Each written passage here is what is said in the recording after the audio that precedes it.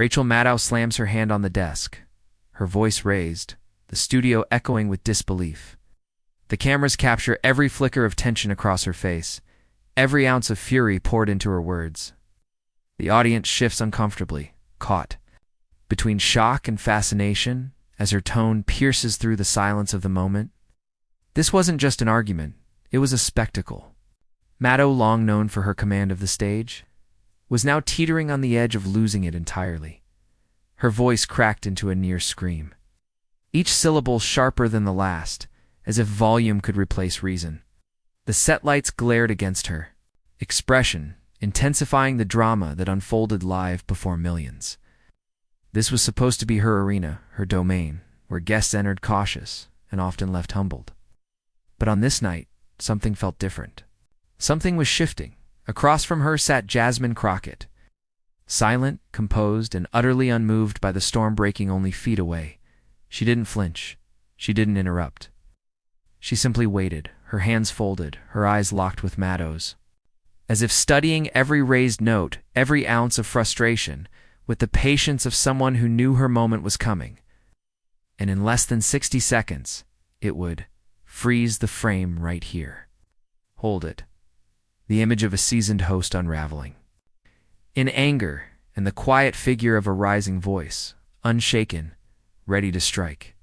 That single frozen second carries the weight of inevitability. Because what came next didn't just change the energy in that studio, it spilled beyond the cameras, beyond the network, beyond politics itself. Clips of this moment would race through Twitter, TikTok, and Instagram, and ours, cut and shared with captions that captured collective disbelief.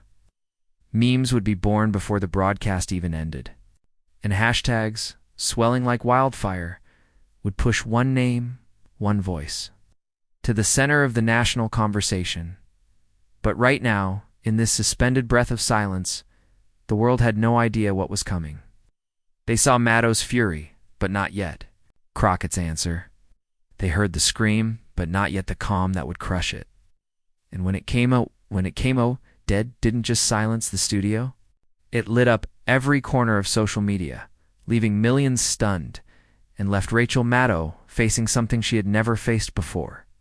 The undeniable power of being OUTMA to she.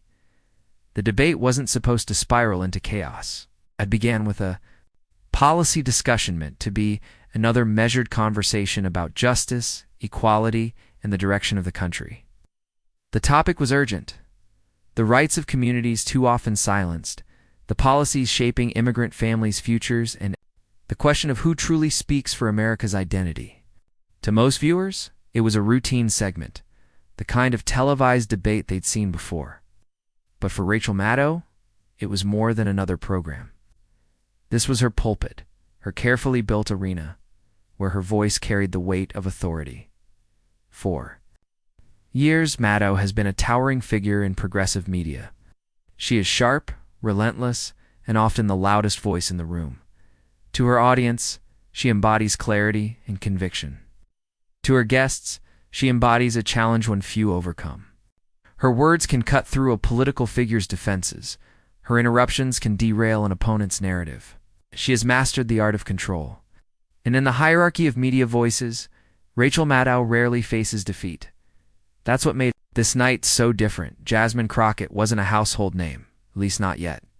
She wasn't there as a polished media figure. She wasn't there to play the game by Maddow's rules. She carried something far more disruptive: authenticity. Crockett arrived with the spirit of lived struggle, with the cadence of someone who didn't need to rehearse her truths.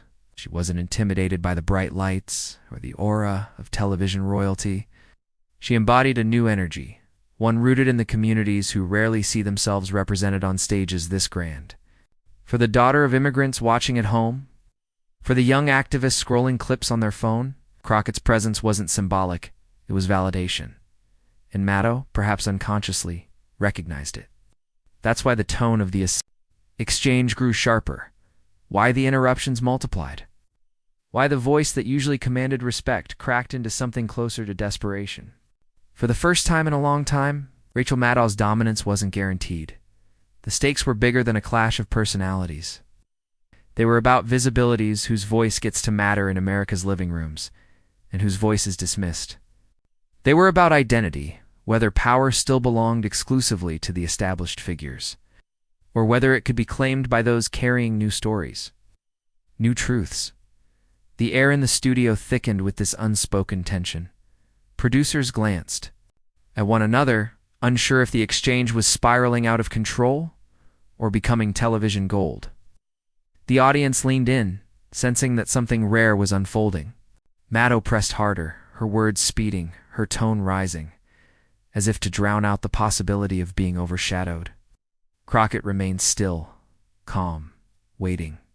But as the tension rose, nobody in the room realized history was seconds away from being made. The moment they were witnessing wasn't just another debate. It was the birth of a shift, a transfer of momentum from an established voice of power to a new, unapologetic challenger. And when the shift revealed itself, when silence gave way to a clapback that would reverberate across the nation, no amount of experience, no measure of reputation would be enough to stop it. Rachel Maddow's rise to prominence was not accidental. For years, she stood as one of the most recognizable figures in political media, a voice synonymous with sharp wit, relentless questioning, and an almost theatrical delivery that could captivate millions. She cultivated the image of an intellectual warrior, someone who could dismantle her opponents with carefully chosen words and piercing analysis.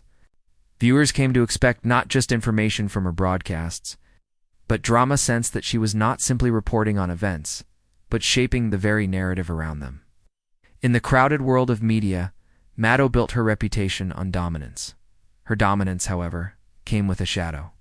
Behind the applause, behind the polished image of a truth-teller, were countless moments where her need to control the stage betrayed an arrogance she could not quite mask. Guests who entered her studio often found themselves cornered rather than engaged. Her questions were less invitations to dialogue and more traps designed to expose weakness. Maddow prided herself on pressing harder, talking over interruptions, and setting the rules of engagement. For her, every debate was a test of who could command the room. And more often than not, she did. There were, however, cracks in this armor moments. Her audience rarely lingered on, but her critics never forgot. Times when her sharpness became condescension, when instead of listening, she dismissed. One guest recalled how Maddow rolled her eyes mid-response, letting silence linger just long enough to signal disdain. Another described being drowned out entirely, their voice cut off with a smirk and a pivot to her own commentary. To Maddow's loyalists, these were the marks of confidence, the behavior of someone unwilling to indulge in what she saw as spin. But to others, they were signs of something else. A broadcaster who confused dominance with truth, volume with clarity. It is this contradiction that made her so polarizing. On one hand, she carried herself as a champion of accountability, someone unafraid to speak truth to power. On the other, she wielded her platform like a weapon, sometimes turning it not against the powerful, but against those who simply refused to bow to her framing. She was at once celebrated as fearless and criticized as self-righteous. And perhaps most importantly, she was used to winning. Years of control conditioned her to expect the same outcome every time. Guest flustered. A narrative reclaimed. A studio left echoing with her voice as the final authority. That history bred a kind of overconfidence, a belief that no one could truly rival her command of the stage. She did not just believe in her ability to win an argument. She believed the stage itself belonged to her. And so, when Jasmine Crockett entered the picture, Maddow underestimated her. To Maddow, Crockett may have appeared young, new, untested, another guest to be pressed, to be molded into the arc of her program. She likely expected Crockett to respond as so many others had before, with nervousness, with stumbling words, with an eagerness to prove worthy of the platform she provided. What Maddow did not expect was the quiet resilience, staring back at her. This is the danger of arrogance. It blinds those who wear it. Maddow, accustomed to controlling the tempo, did not anticipate what would happen when someone refused to dance to her rhythm. She did not anticipate that her rising tone would not intimidate, that her interruptions would not rattle. She did not anticipate that in her effort to assert dominance, she would expose vulnerability. Because in that studio, as her voice reached a pitch of frustration, the contrast between her and Crockett became undeniable. One figure rattled and raging, the other still and unshaken. The irony is almost cinematic. Maddow, the broadcaster who prided herself on holding others accountable, was about to be held accountable herself. The woman who had built a career on exposing contradictions was about to become the contradiction. The studio and across the nation would see it unfold not through statistics, not through policy papers, but in the rawest form possible. A clash of demeanor, dignity against arrogance, truth against noise. Rachel Maddow's reputation, so carefully constructed, was both her shield and her weakness. It gave her confidence, but blinded her to the moment she was walking into. She thought she was preparing for another debate. She thought she was preparing to dominate, as always.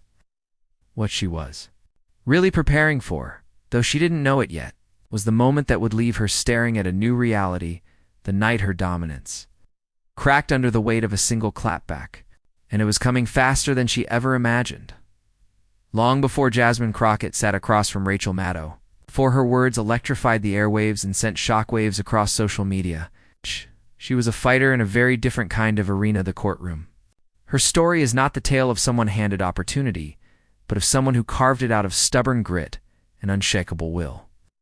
Crockett came up in the trenches of the law, representing clients who couldn't afford the luxury of polished legal teams, people whose stories mirrored the struggles of everyday Americans, migrants navigating hostile systems, working families cornered by injustice, citizens who had been silenced too many times before. She didn't choose the easy cases. She chose the cases that tested her, the ones where the odds tilted heavily against her and the system seemed rigged from the start. And yet time and time again, she walked into those courtrooms with her head high, her voice steady, and her arguments sharp enough to cut through layers of bureaucracy and bias. Her reputation grew not because she had the most powerful allies, but because she stood firmly with those who had none. In every battle she fought, Crockett learned something vital about power. It shouts, it intimidates, it overwhelms. Lasting strength doesn't need to. True strength lies in persistence, in patience, in the calm refusal to back down even when the room is stacked against you. These were lessons the courtroom hammered into her, lessons that would serve her far beyond its walls. Her rise was not meteoric.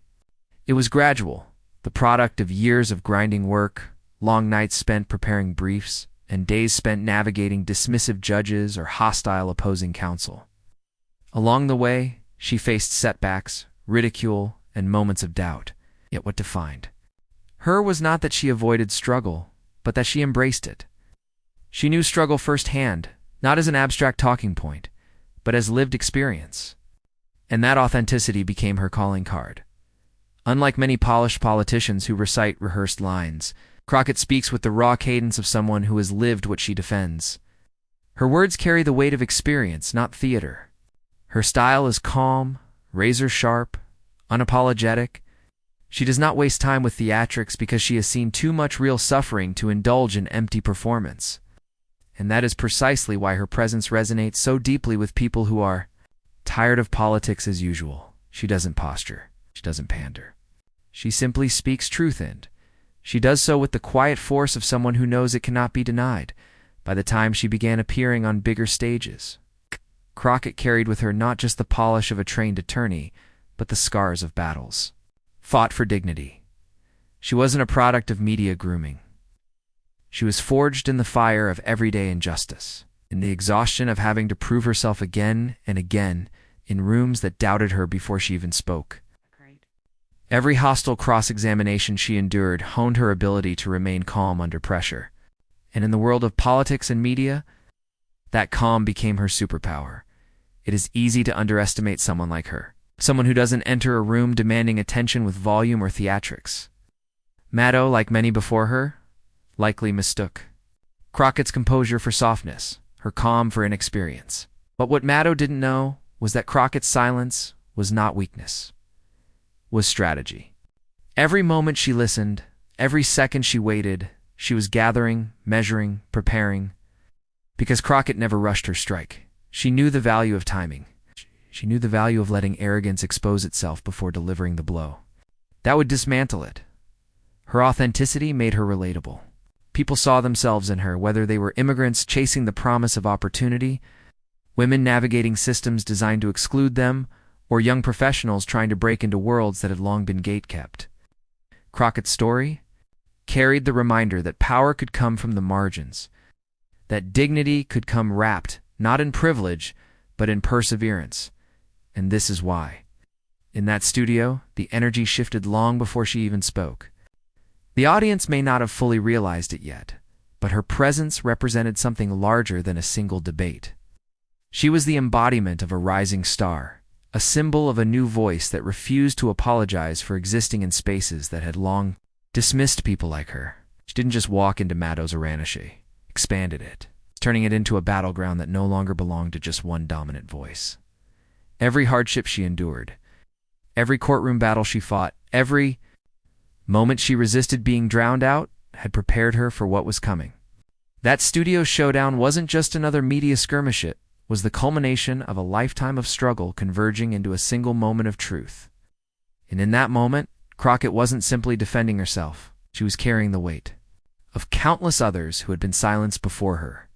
Rachel Maddow may have thought she was up against another guest to dominate, another voice to interrupt. But what she was really up against was the full force of Jasmine Crockett's journey sharpened by struggle, strengthened by perseverance, and destined to unleash the clapback that would echo far beyond that studio. The irony was that Maddow's scream, meant to silence, had only set the stage, and Crockett was seconds away from seizing it. The cameras cut back to the live exchange, and the tension was already climbing. Rachel Maddow leaned forward, her voice carrying the sharpness of someone determined to overpower, each word landing like a hammer against the desk between them. Her tone grew louder with every sentence, her rhythm accelerating as though speed and volume could cement her control. She gestured forcefully, her hands slicing the air, her body language daring anyone to challenge her. Maddow was in attack mode, the mode that had secured her reputation for years. But across from her, Jasmine Crockett remained unmoved. She sat steady, her posture unshaken, her expression unreadable. Her eyes didn't dart nervously, her hands didn't fidget. Instead, she watched, patient, silent.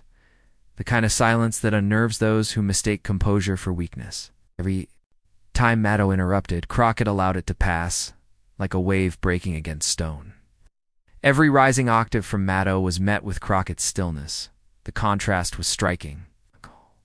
On one side of the table, a figure straining, her voice rising. Higher, her frustration bleeding through as she sought to dominate. On the other, a woman waiting, listening, calculating, preparing. The longer Crockett held her silence, the more the imbalance revealed itself. Maddow's fury began to feel less like strength and more like desperation. The studio itself seemed to sense it. The audience shifted in their seats, eyes flicking back and forth between the two women, as though they were watching not just a debate, but the prelude to something bigger. The air thickened with anticipation. Even the crew behind the cameras leaned closer to their monitors. Sensing the fragile balance of power teetering in real time, the camera operators knew where to aim. A wide shot captured Maddow's animated gestures, her insistence on filling the air with noise. Then the lens cut to Crockett's face, calm, poised, betraying not a flicker of intimidation. The split screen only heightened the contrast. Fury versus composure, noise versus quiet strength. And in that contrast, a story was being told without a single word from Crockett. Her silence wasn't empty. It was loaded, deliberate, and the longer it stretched, the more it unsettled Maddow. The louder Maddow grew, the more obvious the imbalance became. The audience could feel it too. A murmur rippled through the room. The kind of collective anticipation that happens when people know a breaking point is near. The lights overhead seemed brighter, the air heavier, the pause between Maddow's sentences echoing longer than before. Crockett's stillness had transformed into a kind of power. One that wasn't spoken, but was felt deeply by everyone watching. Maddow pressed harder, her voice almost cracking as she layered interruption on interruption. pressing her points with the ferocity of someone unwilling to cede ground. But with every outburst, she dug the hole deeper, painting herself as the aggressor in a room waiting for balance. She believed she was cornering Crockett. What she didn't realize was that Crockett was letting her do the work, letting her unravel, letting her overexpose herself.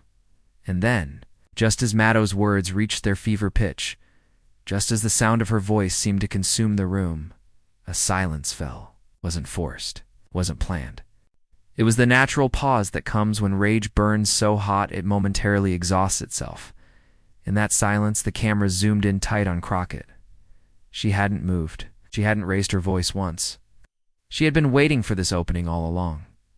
The audience leaned forward. The air in the studio felt electric, charged with the inevitability of what was about to come. Every second of Maddow's fury had led to this moment. Every courtroom battle, every lesson in patience, every refusal to be rattled had prepared Crockett for the exact second now unfolding. And then the peak of the chaos, Crockett opened her mouth. And everything changed. The silence lingered for a heartbeat longer than anyone expected. Maddow's final words still echoed faintly, as if bouncing off the walls of the studio with nowhere to land. For a brief moment, all eyes turned to Jasmine Crockett, waiting to see if she would finally answer. Waiting to see if she had anything left after being pummeled by the rapid-fire interruptions and rising fury of one of television's sharpest voices. Crockett inhaled slowly. The kind of breath that carried centuries of lessons, patience, resilience, endurance. Her hand rested lightly on the desk, fingers steady, posture unshaken, and then, with a tone so measured it sliced cleaner than any raised voice could, she began. "Rachel," she said softly, her voice neither raised nor rushed, "I hear you. But what you just did, what you're doing right now, is exactly what people say when they believe their platform makes them bigger than the truth." The words cut through the air like glass. Maddow blinked, her expression tightening. The force wasn't in volume, but in precision. Crockett paused, letting the silence do half the work, refusing to fill the space with unnecessary noise.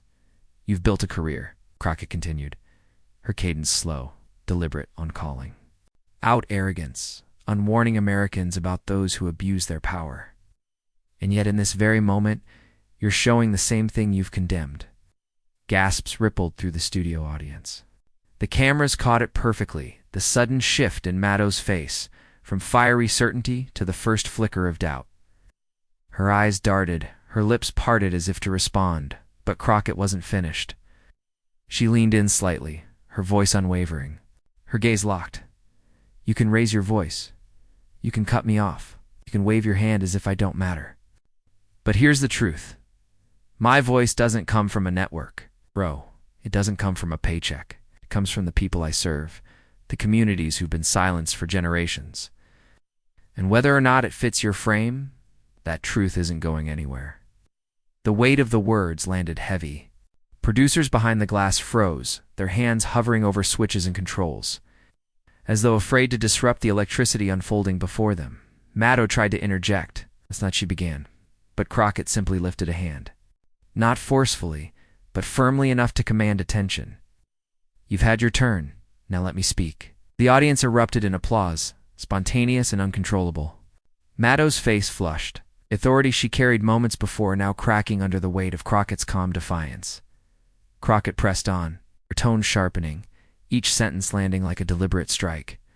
"You pride yourself on being the watchdog, on being the one who shouts when others are too afraid to. But what happens when the watchdog starts barking so loudly she can't hear the truth standing right in front of her? That's not protecting democracy. That's smothering it." Maddow leaned back, visibly unsettled. The cameras zoomed in, capturing the subtle shift, the narrowing eyes, the tightness in her jaw, the uncomfortable swallow. It was the face of someone unused to being challenged on her own stage. Someone who suddenly realized the power dynamics had shifted. Crockett didn't relent. Her words carried the cadence of someone who'd argued in courtrooms, who knew the value of timing, of pausing just long enough to let the weight settle before striking again. "I didn't come here to play to an audience. I didn't come here to win a shouting match. I came here because the stakes are too high, because while we argue, people are losing their rights, their dignity, their lives. And if you think dominating me makes for good television, you're missing the entire point of why I'm here."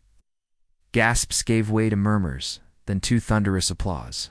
Phones were already out, audience members recording, capturing, uploading. Within seconds, clips began circulating online.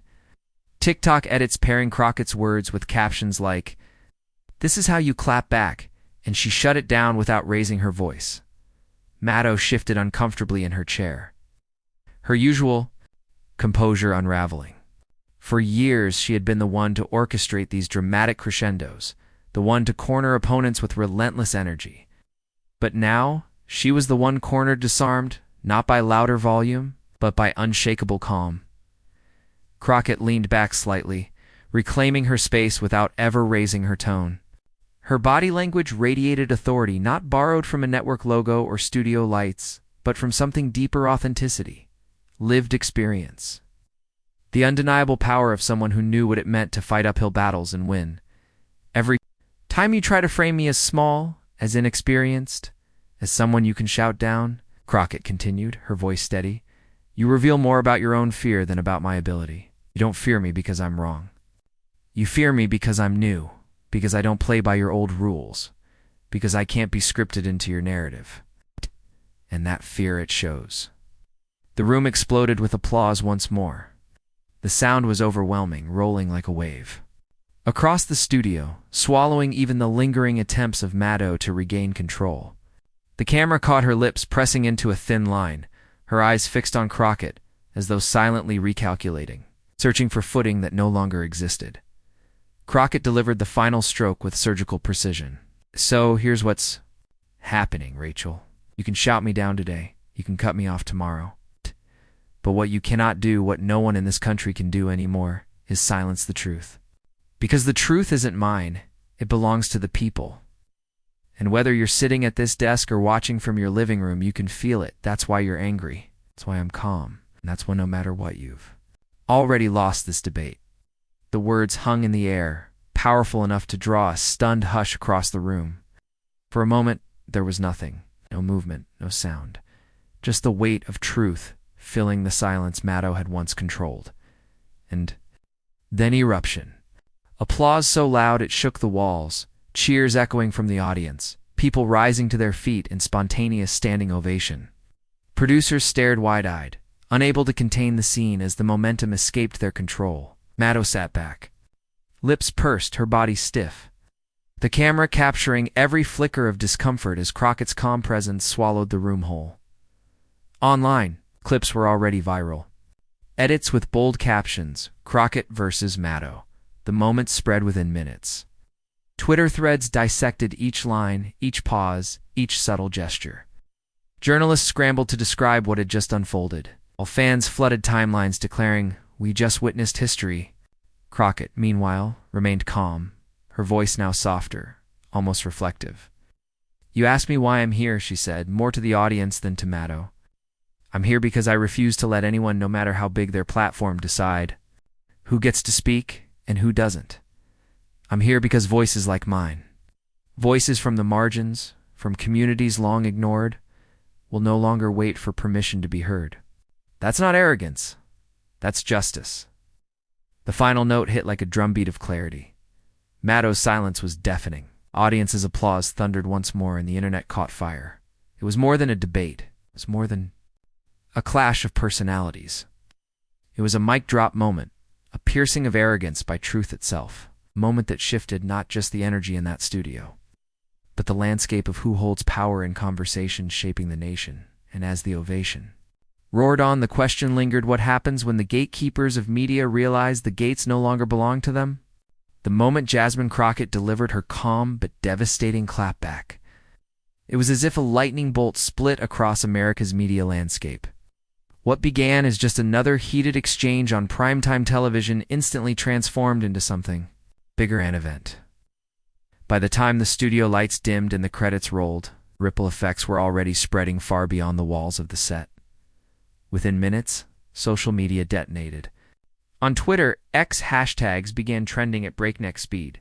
Hashtag Crockett CLAPBACK, hashtag Maddow meltdown, and #truth over arrogance dominated the trending bar. Dodge. Clips of the exchange circulated so quickly that users joked it felt like they were watching history happen in real-time HD. Edits appeared with dramatic music overlays, slow-motion zooms on Maddow's shocked expression, and looping gifs of Crockett raising her hand to calmly silence the interruption.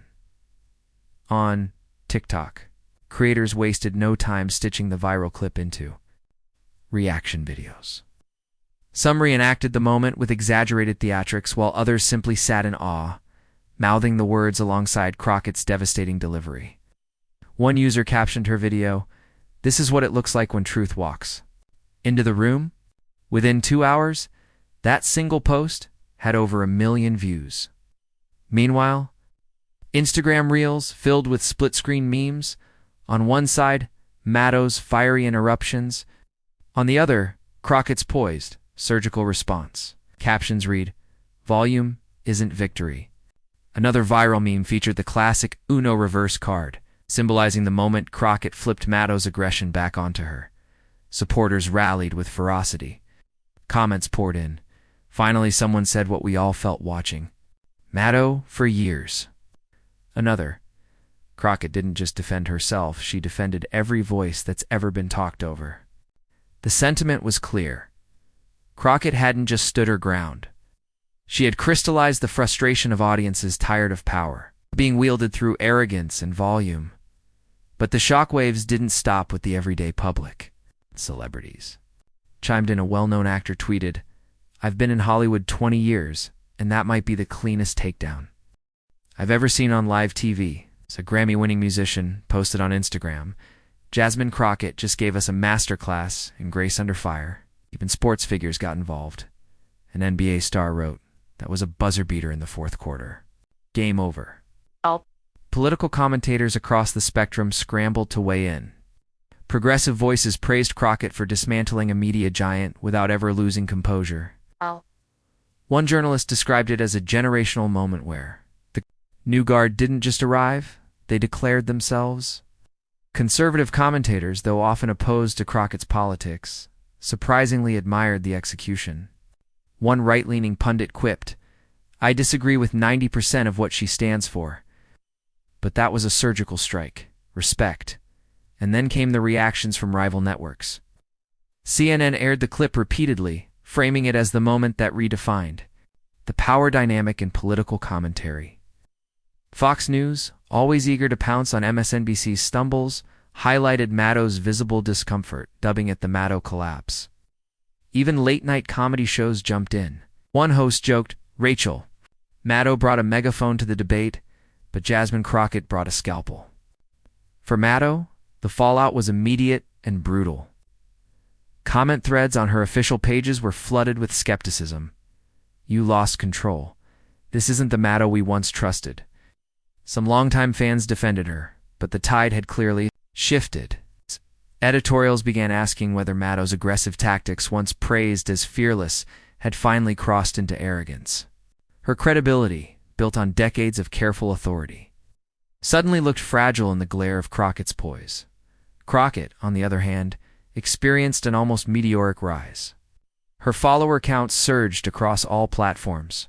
News outlets invited her for follow-up interviews, headlines blaring, Crockett's mic drop heard round the country. Supporters began to frame her as not just a politician, but a cultural voice, a representative of a new era unwilling to be talked over or boxed into outdated narratives. What made the moment even more powerful was how America witnessed it together in real time. It wasn't just a clip people stumbled across later, it was a collective event.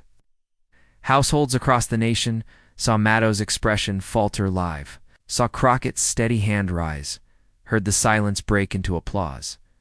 And then, seconds later, they watched it replay on their phones, their feeds, their group chats. This simultaneity created a phenomenon bigger, and ratings or algorithms it became part of the national conversation. Families debated it at dinner tables. Coworkers huddled around phones the next morning, Teachers referenced it in classrooms as an example of rhetoric and body language. In living rooms, bars, dormitories, and offices, the question echoed, "Did you see what just happened?"